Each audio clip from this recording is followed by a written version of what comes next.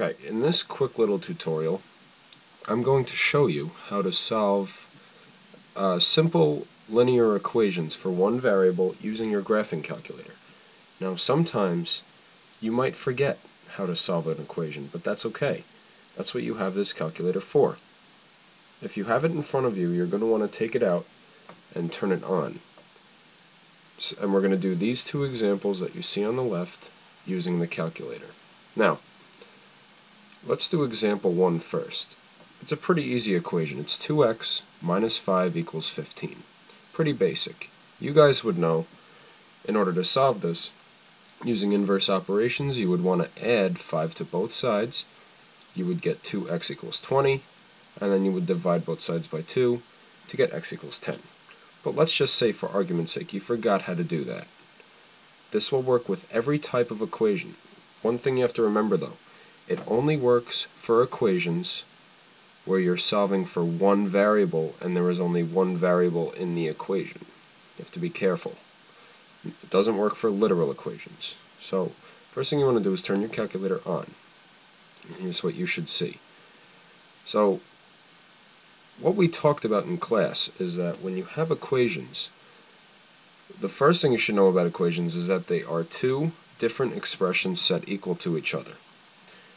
In the example 1, we have the expression 2x minus 5, and we have the expression 15, and they are set equal.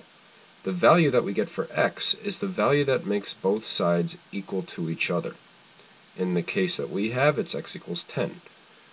But what if we can't solve it? We can use the graphing calculator.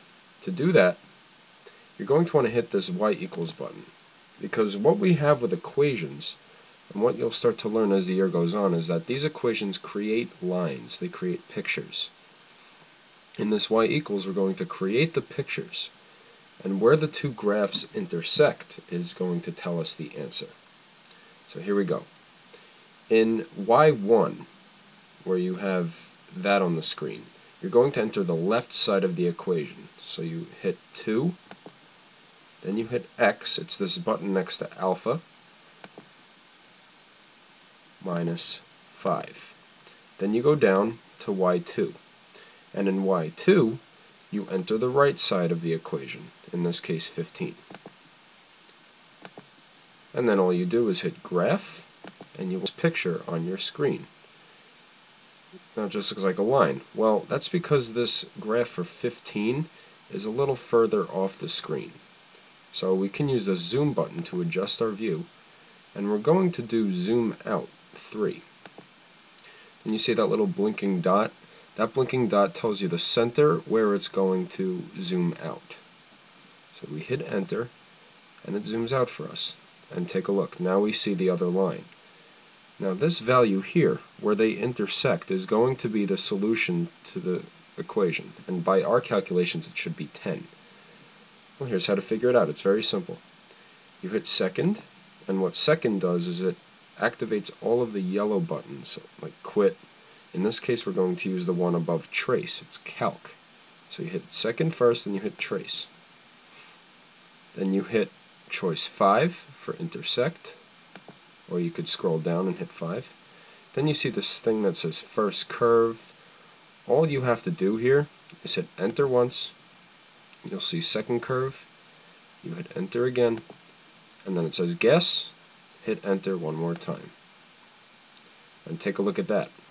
The answer that we get for x is 10. That is a solution to the equation.